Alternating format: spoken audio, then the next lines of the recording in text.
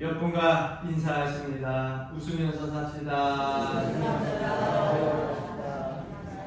또 한 번요. 웃으면서 살겠습니다.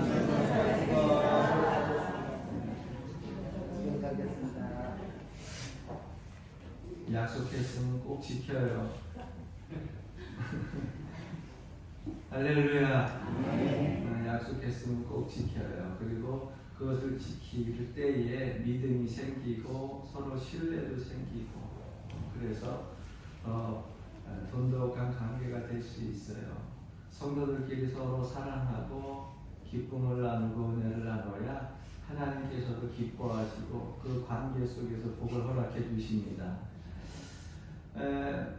요한계시록 가지고 말씀을 전하는 것이 그렇게 자주 있지는 않습니다. 많은 사람들은 종말론, 말세 설교 그래가지고 요한계시록을 들어서 많이 설교를 하는데 사실 지난주 한 주간 동안 설교를 준비하면서 피에 대한 설교, 십자가에 대한 설교를 준비하다가 며칠 전에 새벽 설교를 하면서 이 말씀의 제목이 조금 좀 가닥을 다르게 잡아야 될 것 같아서 오늘 요한계시록 갖고 말씀을 준비했어요. 요한계시록에 보게 되면 7개의 교회가 나옵니다. 그 7개의 교회가 나오는데 그 7개의 교회 중에서 유난히 하나님께로부터 주님께로부터 칭찬드는 두 교회가 있습니다. 서머나 교회는 여러분들이 너무 잘 아실 거예요. 주님께로부터 책만 듣지 않냐고 칭찬만 들었던 교회. 나머지는 책만도 칭찬 듣고 같이 들었는데 또 서머나 교회와 마찬가지로 오늘 본문 말씀 속에서 읽은 빌라델비아라고 하는 이 교회도 서머나 교회와 같이 꾸중을 듣거나 책명을 듣지 않냐고 칭찬만 들은 교회 중에 하나입니다. 그럼 말세에 어떤 교회가 어떤 상황 속에 처하게 될 것인가, 그리고 마지막 시대에 이 시대에 교회에 맡겨주신 사명이 무엇인가를 가장 잘 보여주고 있는 교회가 빌라델비아 교회다 생각이 되어져서 이를테면 요즘 시대에 가장 모범적인 그런 교회상이라고 말할 수 있을 정도로 칭찬을 들은 교회이기 때문에 오늘 빌라델비아 교회에 대해서 여러분들에게 말씀을 드리려고 해요. 그래서 말씀의 제목을 잡았는데 한번 따라 해봅시다. 약한 힘으로도 말씀을 지킨 교회. 그러면 이 빌라델비아 교회가 왜 말세 교회를 잘 대표하는 교회일까? 먼저 오늘 10절 말씀을 여러분들에게 봉독해 드립니다. 네가 나의 인내의 말씀을 지켰은즉 내가 또한 너를 지켜 시험의 때를 면하게 하리니 이는 장차 온 세상에 임하여 땅에 거하는 자들을 시험할 때라. 여기에서 보게 되면은 시험의 때라고 말을 하고 있는데 시험의 때 교회에 닥칠 위험뿐만 아니라 장차 이 땅에 임하게 될 소위 대환란에 대한 경고를 말씀하고 있습니다. 마태복음 24장 21절에도 보게 되면 역사의 종말에 큰 환란의 때가 우리를 기다리고 있을 것이라고 주님께서 예언하셨어요. 주님께서 예언하신 말씀은 반드시 그렇게 이루어집니다.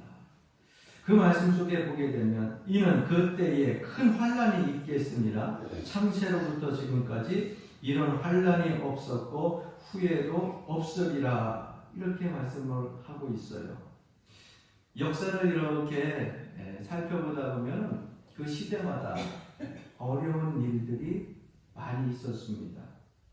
전쟁을 비롯한 큰 사건들이 많이 있었는데 여기 성경에서 말하는 환란은요 어떤 전쟁과 기근 정도가 아닙니다. 그거하고는 전적으로 비교할 수 없을 정도로 더 큰 환란이에요. 그래서 성경에서는 대환란으로 이야기를 하는 거예요. 대환란. 예수님이 오시기 이전에 이 지구상에 큰 환란이 있을 거라고 하는 거예요. 그때가 지금 다가오고 있다고 하는 겁니다. 우리는 매 순간순간 하루를 살면서도 종말론적인 신앙을 가지고 사는 것이 기독교인들 아닙니까? 주님이 오늘 오실지 내일 오실지 아무도 알 수 없지만은 오늘이 마지막인 것처럼 주님 마저 준비하면서 사는 것이 기독교인들의 신앙이에요. 요한계시록 3장 11절에 보게 되면은 주님께서 내가 속히 오리니라고 하는 말씀이 있습니다. 많은 사람들이 요즘 이상기후 때문에 날씨가 이상해졌다. 또 이 땅에 보게 되면 지진이 엄청 많이 일어나잖아요. 이제는 매년마다 이 나라 저 나라에서 지진이 일어나고요. 또 기근 때문에 고생하는 그러한 민족들이 많고요. 그리고 얼음이 녹아가지고서 점점 걱정하는 일들이 많이 생깁니다. 뿐만 아니라 몇 년 전에 러시아와 우크라이나 전쟁이 일어나가지고 6개월이면 끝날 거다 시작을 했는데 여러분 지금 벌써 몇 년이 지나도 끝일 기미가 안 보여지고 각 나라에서 이제는 파병도 보내기 시작을 하고 장거리 미사일도 막 후원하고 점점점 그 전쟁이 끝날 기미가 안 보여요. 요즘 이 전쟁 얘기를 가지고서 이제는 서로 후원들을 하고 파병들을 보내가지고서 6개월 이 안에 모든 것이 결정이 날 것이다. 그 라인이 거져가지고서 그때까지 차지한 땅은 러시아가 가져가고 나머지는 우크라이나가 가져가고 그래서 지금 아마 최후의 격전을 벌이고 있는데 아마 몇 개월 안에 끝날 것이다 얘기하는 사람도 있어요. 그 전쟁뿐만 아니지 않습니까? 최근에는 휴전으로 잠깐 지금 정리하는 상태지만은 하마스와 이스라엘의 그 전쟁 때문에 온 또 세계 민족이 또 떠들썩했잖아요. 이러한 전쟁들이 일어나는 것을 보고 어떤 분들은 신앙적으로 이야기를 그렇게 얘기를 합니다. 이 아마겟돈 전쟁이다. 이제 마지막 시대가 다가왔다. 그렇게 이야기를 하고 어떤 사설에서도 이 마지막 아마겟돈 전쟁이 시작되어졌다. 이렇게 얘기하는 분도 있어요. 그러나 저는 개인적으로 그렇게 생각하지는 않습니다.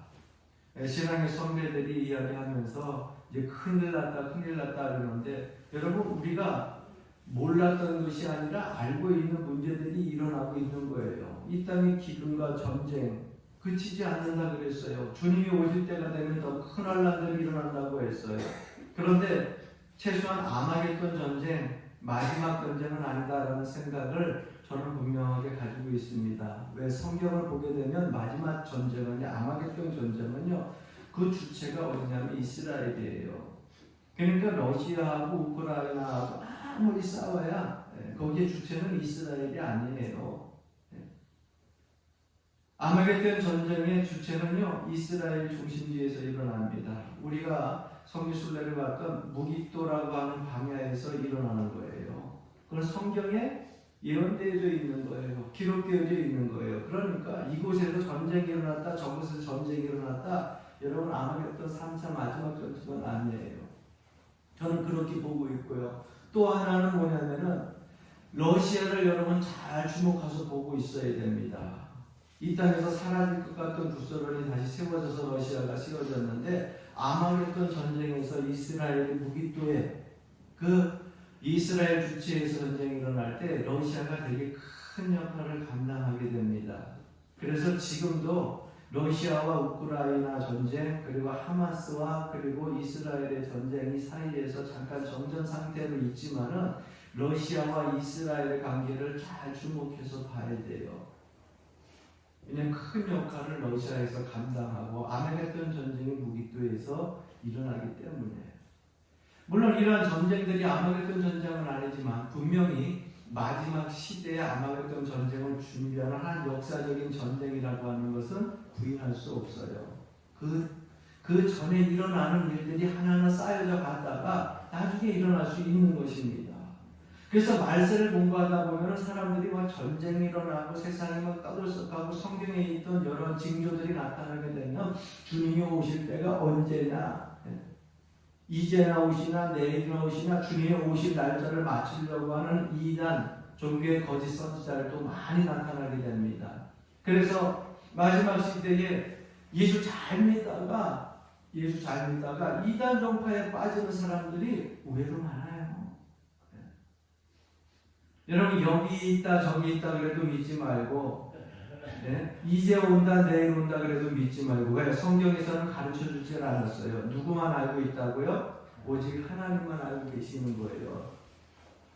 하나님만 알고 계신 것을 내가 계시받았다고 나타나는 사람은 다 이단이야. 그런데 그거 쫓아다니지 말라는 거예요. 마지막 시대에 정신 바짝 차리시고 사시기를 바랍니다. 그러니까 주님이 언제 오시는지, 주님이 오시는 날짜 자꾸 주목하다 보면 거기에 빠질 수밖에 없어요. 우리 기독교인들은 어떤 신앙을 가지고 살아가야 되느냐? 이 세대를 보니까 정말 주님이 가까이 오실 때가 됐구나. 징조가 보이기 시작하잖아요. 그러면 주님이 재림하실 임박한 이 시기에 내가 해야 될 일이 무엇인가? 내가 그리스도인으로서 주님 맞을 준비를 해야 되는 그러한 삶이 어떠한 삶인가? 그거를 준비하면서 살면 돼요. 언제 오실까? 그거 중요한 게 아니라 내가 주님이 오실 때에 어떠한 모습으로 살고 있을 것인가? 그게 더 중요하다고 하는 겁니다. 여러분, 원래 빌라델비아 교회는 서머나 교회에서 한 40에서 한 50km 정도 남동쪽에 있는 그러한 지역에 있는 도시예요. 그러면 이 빌라델비아 교회가 어떤 면에서 마지막 시대에 살고 있는 우리들에게 모본이 되고 있습니까? 그 첫 번째로는 그들은 작은 능력을 가지고도 주님의 말씀에 순종했습니다. 오늘 본문 말씀 8절 말씀 보게 되면 볼지어다 내가 내 앞에 열린 문을 두었으되 능히 닫을 사람이 없으리라. 내가 내 행위를 아노니 내가 작은 능력을 가지고서도 내 말을 지키며 내 이름을 배반하지 아니하였도다. 이렇게 기록하고 있어요. 여러분 한번 따라해 봅시다. 작은 능력을 가지고서도 내 말을 지키며 작은 능력이라고 하는 것이 이제 성경 주경학자들이 이야기하기를 교회가 큰 건물 사이즈가 작다, 아니면 성도들이 이렇게 많지 않다, 아니면 물질적으로 부유한 교회가 아니다, 뭐 이렇게 얘기들을 많이 하지만 확실치는 않아요. 그러나 분명한 사실은 다른 세상 사람들이 봤을 때 그냥 평범한 교회라 이렇게 생각하면 됩니다. 뭐 부유한 사람, 똑똑한 사람, 뭐 대단한 사람들이 많이 모여서 건물도 뭐 웅장하고 엄청나게 커가지고 그 지역 외의 모든 사람들이 다른 정도가 아니라 그냥 평범한 교회라 생각을 하면 돼요. 그런데 그들이 가지고 있었던 그 능력, 그 평범했던 그 교회에서 그들이 하나님께, 주님께로부터 칭찬을 받게 됩니다. 그러면 작은 능력을 가지고서도 주님 말씀에 순종했다고 하는 의미는 무엇이냐? 저는 이렇게 이 성경 말씀을 봅니다. 자기 자신들이 얼마만큼 가지고 있느냐, 거기에 관심 없어요.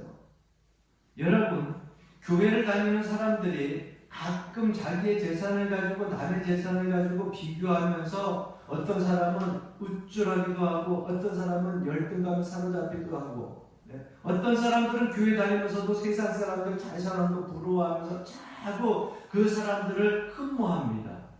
믿음의 사람들은요, 물질의 많고 적음을 떠나가지고 주님이 나와 함께 하느냐 그렇지 않느냐에 초점을 맞춰야 돼요.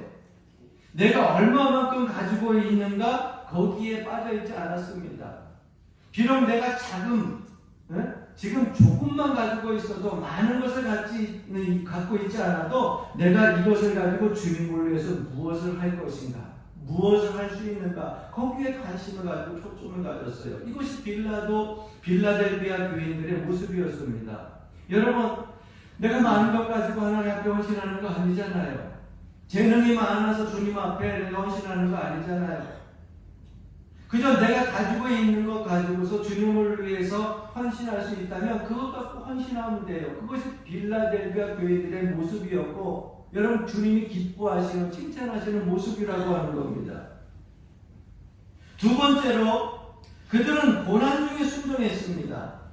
본문은 이 교회가 상당한 어려움을 겪고 있었음을 보여주고 있어요. 8절 말씀 다시 한번 보게 되면 그 가운데 내 이름을 배반하지 아니하였도다 이렇게 말씀하고 있어요. 주님의 이름을 배반할 수도 있는 역경에 직면해 있었던 교회라는 거죠. 그럼에도 불구하고 작은 능력을 가지고도 말씀을 지키고 내 이름을, 주님을 배반하지 않았다는 것은 주님을 배반할 수 있었던 상황들이나 환경이나 그런 어려움들이 이 교회에 있었다고 하는 거예요. 또 9절 말씀에 보면 자칭 유대인이라 하나 그렇지 아니하고 거짓말하는 자들이라는 말이 나옵니다.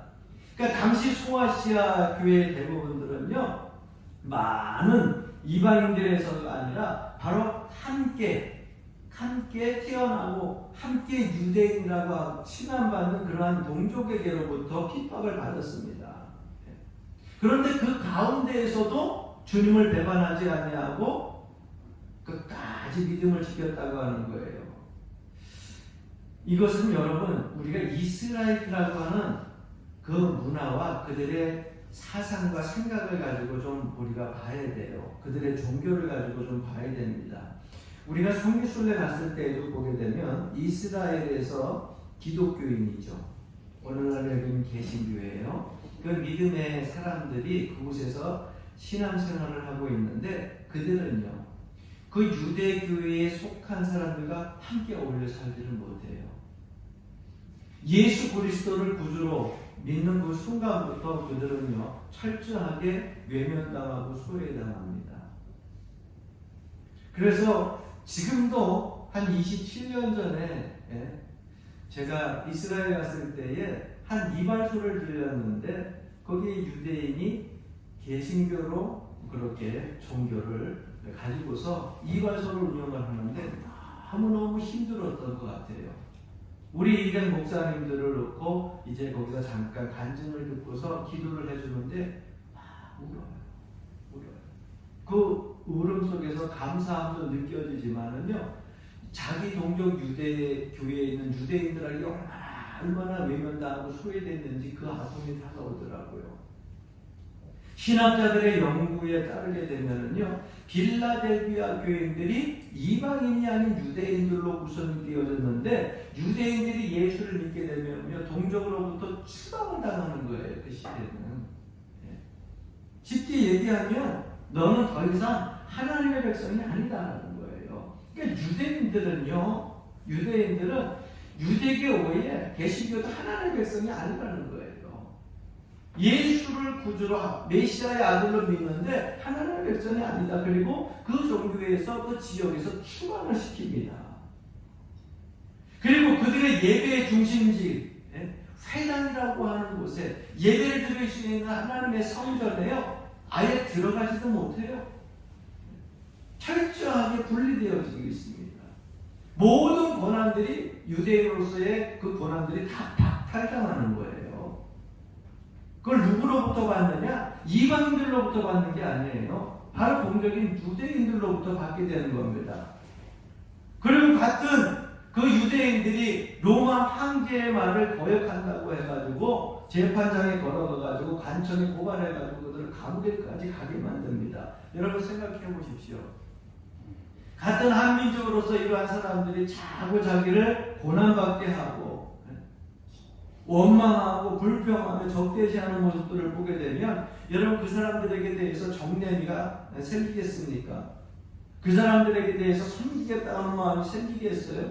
그런데 지금 빌라델비아 교회 교인들이 지금 그러한 상황 속에 있는데도 그 유대인들을 적대시하지 아니하고 주님 말씀 버리지 아니하고 살기 위해서 배반하지 아니하고 끝까지 믿음으로 주님이 원하시는 것이 무엇인가 말씀에 순종하면서 신앙을 지켰다고 하는 겁니다.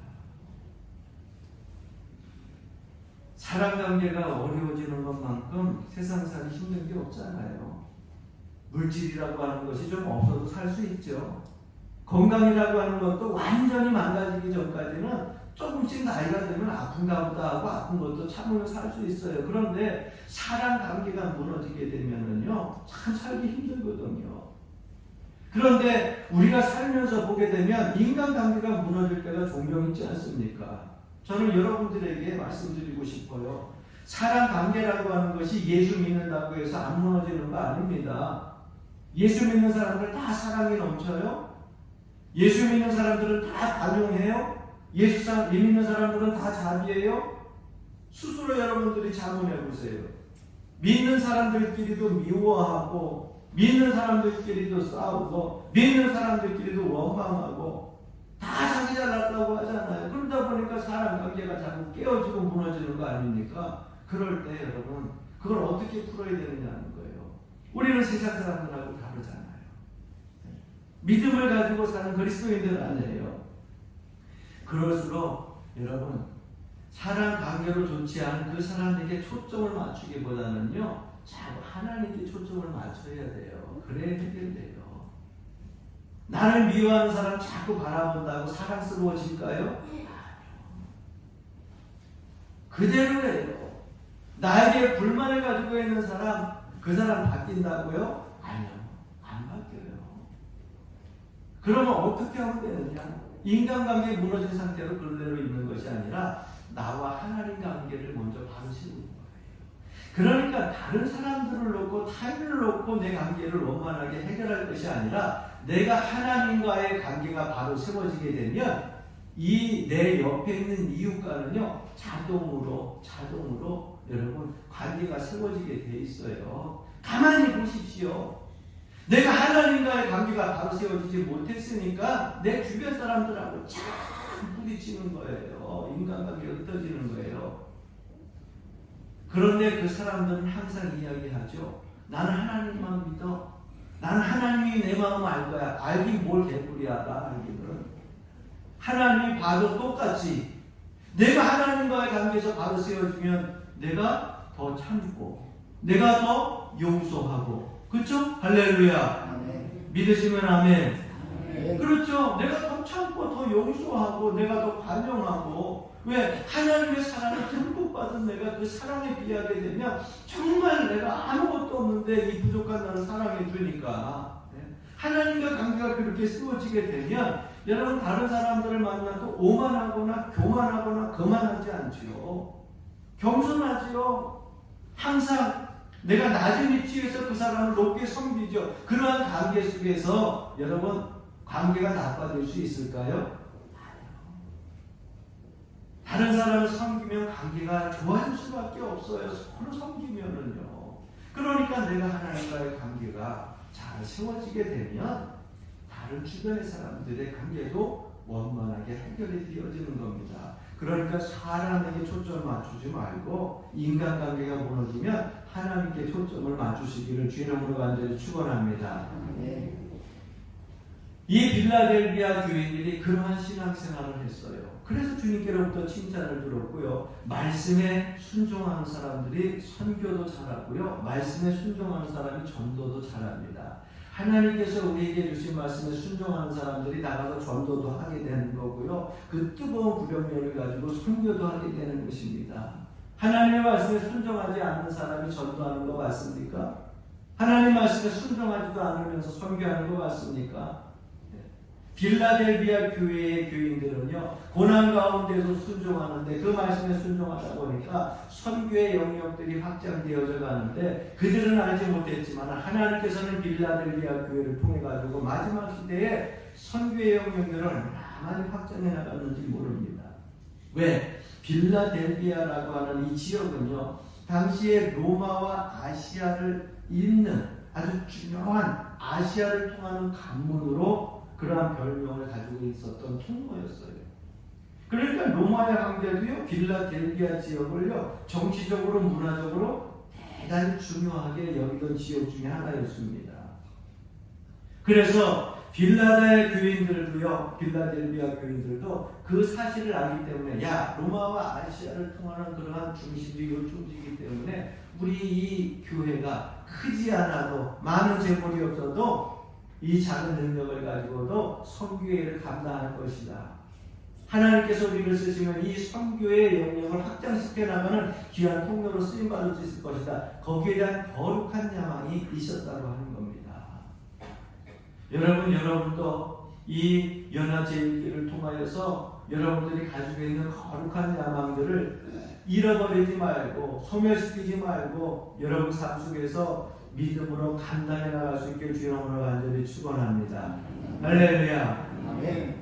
후세대들을 키울 수 있는 재단이 되고 이 상하면 지역을 복음화시킬 수 있는 재단이 되고 더 나아가서 우상 숭배 근절하고 이제 이 상면에 있는 95%가 다 아니 100%가 하나님 앞에 나서 예배할 수 있는 재단이 되기를 하나님 앞에 기도하면서 이 거룩한 야망과 소망을 잃어버리지 말고 깨어 기도하시길 주님으로 간절히 축원합니다.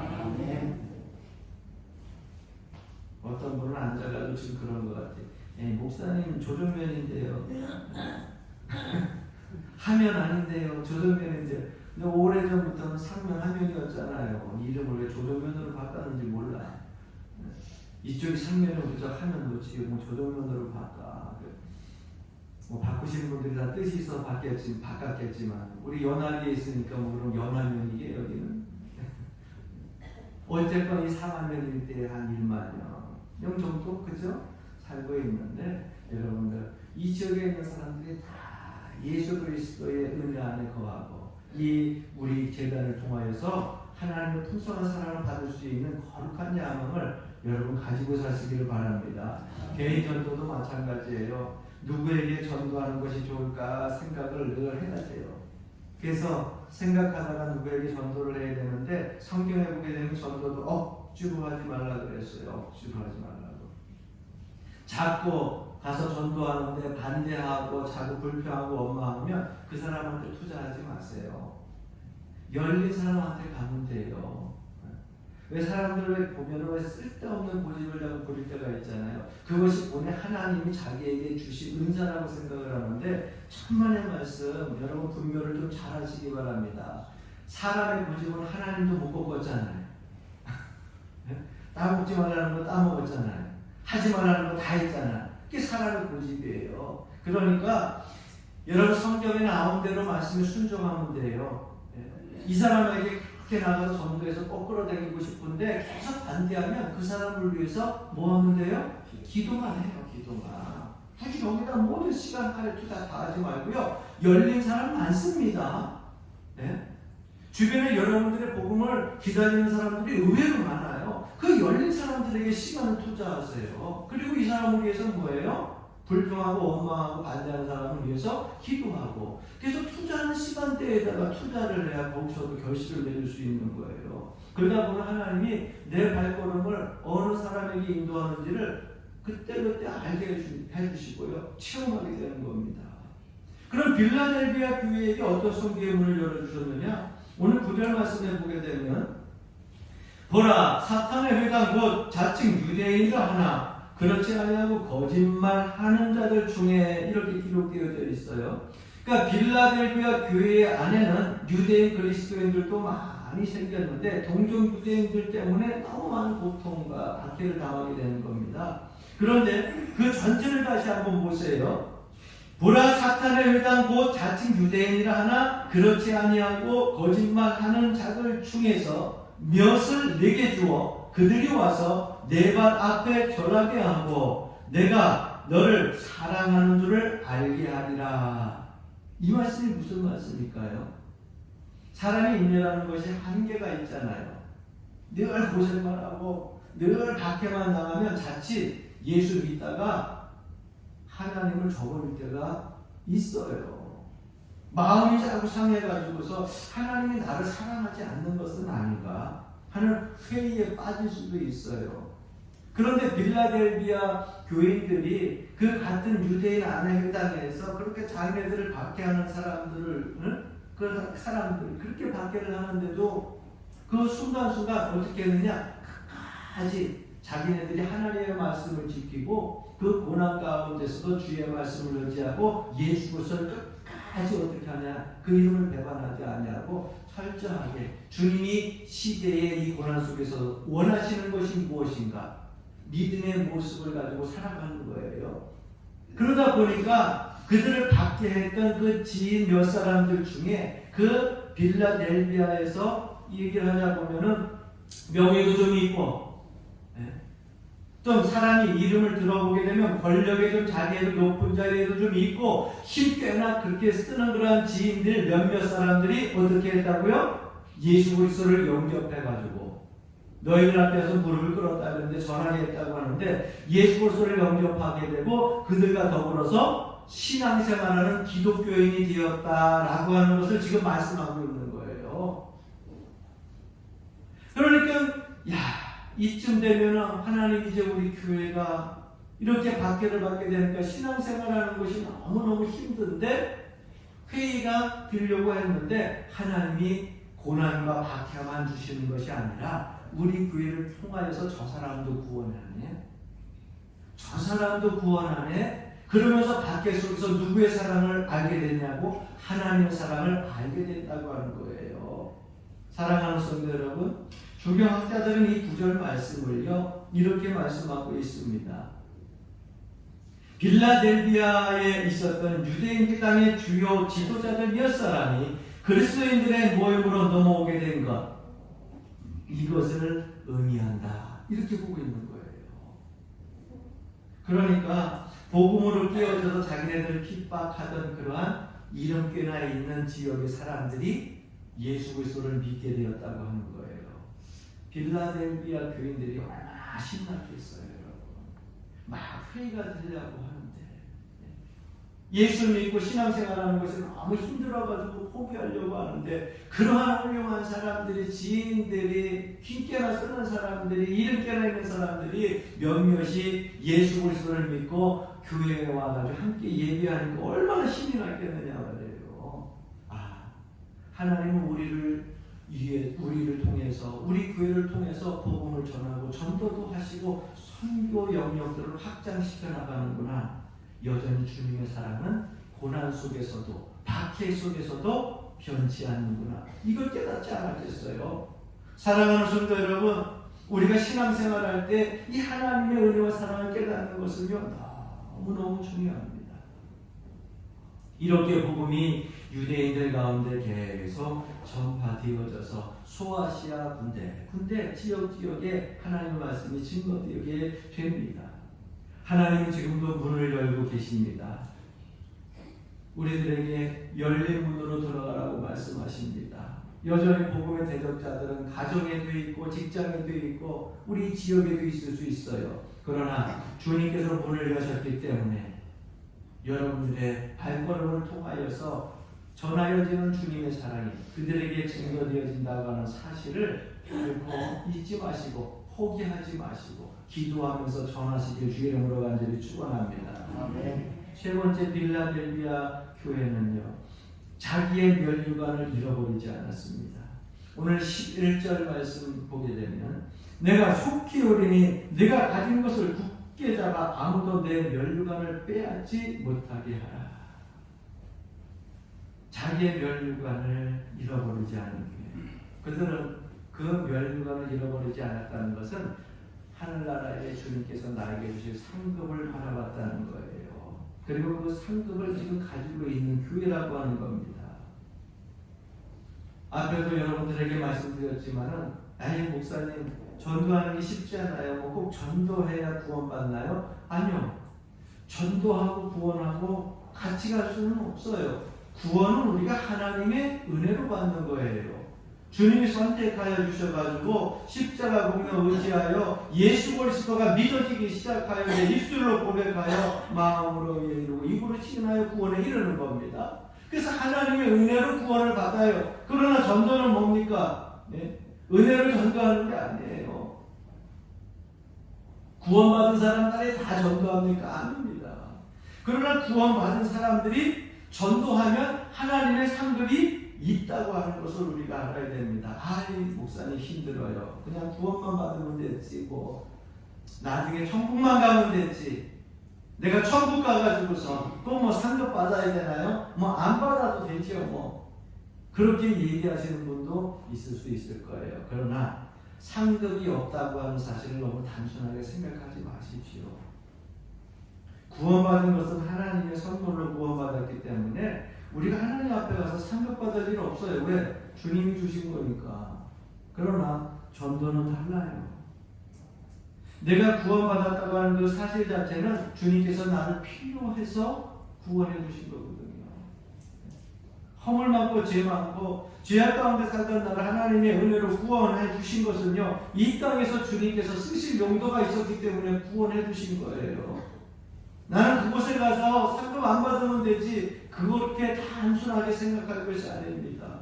그럼 주님 앞에 섰을 때 아무것도 내가 한 것이 없는 거예요. 이 땅에 사는 동안 여러분들이 한 게 뭐가 있어요? 내가 구원받았습니다. 내가 받은 거예요? 아닙니다. 하나님의 은혜를 받은 거기 때문에 내가 한 게 아니에요. 그러면 이 땅에서 살면서 주님을 위해서 내가 산다고 하는데 뭘 할 수 있어요? 전도해야죠. 전도해야죠. 할렐루야. 네. 복음 전해야죠. 내가 하나님의 은혜로 구원받았으니까 아직도 죄악 가운데 죽어가는 많은 사람들을 위하여서 상급받으려고 하는 것이 아니라 전도하게 되고 상급받는 거예요. 죽어가는 영혼들 하나님 앞에 끌어오면 그 영혼들 하나님께서 구원하여 주시고 구원한 여러분들에게 상급을 주는 겁니다. 주님 앞에 섰을 때 네가 한 게 뭐냐? 아무것도 없습니다. 얼마나 부끄러운 일이에요. 여러분, 사울왕도 왕명을 제대로 못하니까는요, 하나님께서 그 일을 다른 사람에게 맡겼습니까? 누구에게 맡겼어요? 다윗에게 맡겼잖아요. 그 사울왕이 세워질 때 이스라엘의 초대왕으로 세워졌잖아요. 우리에게도 왕을 달라고 이스라엘 백성들이 원망하니까 사무엘을 통해 가지고서 사울왕을 초대왕으로 세웠는데 잘 왕을 이지에서 정치를 잘 해나가다가 이스라엘 백성을 잘 끌고 가다가 자기 제대로 못하니까 하나님은 어떻게 해요? 끌어내리시잖아요. 그리고서 왕은 자리에 있는데 대신 누구를 준비시켜요? 그 왕의 자리에서 하나님의 일을 대신 감당할 다윗을 미리 준비시키잖아요. 여러분, 주어진 삶 속에서 구원받았다고 만족하지 말고 여러분들에게 주어진 이 땅에서의 천하보다 귀한 영혼 구원하는 그 전도의 사명 잘 감당하시길 주님으로 간절히 축원합니다. 그 사명 잃어버리면은요 좋은 거 하나도 없어요. 주님 앞에 섰을 때 부끄럽죠. 네. 내가 안 하겠다, 상급 안 받겠다, 그러면 하나님이 억지로 시키지 않아요. 그 사람에게 있었던 전도의 사명 쓱 끄집어가지고 다른 사람 세워가지고 준비하고 계십니다. 우리 교회가 그 일을 감당하지 않겠다고 하면은요, 슬그머니 더 작은 교회, 어려운 교회 붙잡아가지고 그 교회를 통해 가지고서 준비하고 계실 수 있어요. 저는 이 거룩한 야망과 소망을 우리 교회나 여러분들이 빼앗기지 않기를 주 이름으로 간절히 축원합니다. 그래서 사도 바울도 이러한 고백을 합니다. 내가 하나님의 영광을 위하여서 쓰임받는데 나중에 쓰임받지 못하고 가치 없는 생애를 혹시나 맞을까 두려워하는 마음을 가지고 이런 고백을 합니다. 고린도전서 9장 27절 말씀에 보니까 내가 내 몸을 쳐 복종하게 하고 내가 남에게 전파한 후에 자신이 도리어 버림을 당할까 두려워합니다. 그러니까 사도 바울도 복음을 계속 소아시아 이쪽으로 다니면서 복음을 전하면서 선교 역할을 감당하면서도 스스로 계속해서 자기의 몸을 쳐서 복종하게 합니다. 내가 복음을 전하는 선교의 역할로 이 신앙인의 역할로 잘 감당하다 나중에 버림을 당할까 두렵다고 그랬어요. 하나님께서 맡겨주신 그 일들을 내가 감당하지 않으면 어떻게 한다고요? 나에게 있었던 사명의 족대를 빼앗아가지고 다른 사람에게 하나님께서 줘버리신다니까요. 여러분들에게 주어진 이 촉대를 다른 사람들한테 빼앗기지 않길 주님으로 간절히 축원합니다. 빌라델비아 교회는요, 상급을 바라봤던 교회였고 멸류관을 잃어버리지 않았던 교회입니다. 그래서 이 빌라델비아 교회가요, 7교회 중에서 다 책망을 들어가고 망해져 갈 때에도 마지막까지 소아시아 지역에 끝까지 남아 있었던 교회가 바로 이 빌라델비아 교회고요. 1차 세계대전이 일어날 때까지 남아서 복음을 전하고 이슬람이라고 하는 그 하마스 사람들이 그 지역을 다 점령하기 전까지 마지막 때까지 남아서 복음을 전한 교회가 바로 빌라델비아 교회였다고 하는 거예요. 빌라델비아 교회가 이토록 주님께로부터 칭찬을 들을 수 있었던 것은 무엇보다 주님을 향한 뜨거운 심정을 가지고 있었기 때문입니다. 저는 여러분들이 그저 주일날 와서 한번 예배 드리고 그저 하나님 앞에 얼굴 한번 보이고 가는 거로 만족하지 않기를 바랍니다. 주일을 한 주간 동안 준비하면서 주님을 생각할 때마다 여러분들의 심장이 뜨거워지기를 주 이름으로 간절히 축원합니다. 그래서 주님이 한 주간 동안에 봤을 때에도 이 연화제일교회는 이 세상에 존재할 가치가 있는 교회예요. 연화제일교회에 다니고 있는 집사님, 권사님, 장로님은 하나님이 보시기에도 존재할 가치가 있는 그러한 하나님의 일꾼이라고 하는 것을 여러분들 마음속에 뜨거운 열정을 가지고 살면서 잃어버리지 않고 살아갈 수 있기를 주님으로 간절히 축원합니다. 마지막 날 이런 교회, 이런 성도들은 하나님이 지켜주시는 겁니다.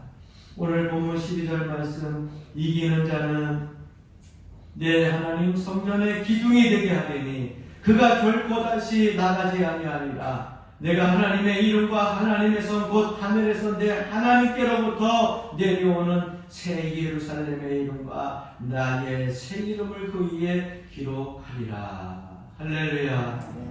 저는 이 말씀을 읽고 마지막 설교 결론을 지면서요, 내 마음이 보고, 그래서 이것을 펜으로 이렇게 쓰다가 한참을 울었어요. 야, 빌라델비아 교회가 이런 칭찬을 들었구나.